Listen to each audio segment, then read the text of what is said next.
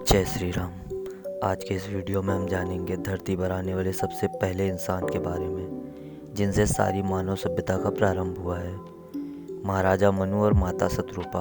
बिना माता पिता के जन्म होने के कारण इन्हें स्वयंभू मनु भी कहा जाता है। ब्रह्मा जी ने शिव पुराण में सृष्टि के निर्माण, ब्रह्म ऋषि और ब्रह्मा जी के मन से उत्पन्न 10 मानस पुत्र, जिन्हें हम प्रजापति के नाम से भी जानते हैं, इन सभी की उत्पत्ति के बाद मनु और शतरूपा के बारे में बताया है। ब्रह्मा जी के शरीर के आधे भाग से मनु और आधे भाग से शतरूपा उत्पन्न हुई है। इन्हें ही पृथ्वी पर आने वाले सबसे पहले मनुष्य के रूप में जाना जाता है। महाराजा मनु और माता शतरूपा के 5 बच्चे हुए। 2 पुत्र प्रियव्रत और उत्तानपाद, 3 पुत्रियां आकुति, देवहूति और प्रसूति। महाराजा मनु की बड़ी पुत्री आकुति का विवाह रुचि प्रजापति के साथ और दूसरी पुत्री प्रसूति का विवाह दक्ष प्रजापति के साथ और तीसरी पुत्री देवहूति का विवाह प्रजापति कर्दम के साथ हुआ। मनु के बड़े पुत्र उत्तानपाद की सुनीति और सुरुचि नामक 2 पत्नी थीं। सुनीति से ध्रुव तथा सुरुचि से उत्तम नामक पुत्र उत्पन्न हुए। ध्रुव ने भगवान विष्णु की घोर तपस्या कर ब्रह्मांड में ऊंचा स्थान पाया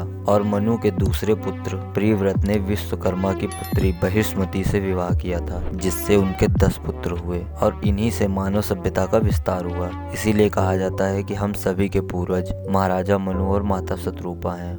मानव सभ्यता के आदि होने के कारण महाराजा मनु को आदि पुरुष भी कहा जाता है। महाराजा मनु परम तपस्वी थे।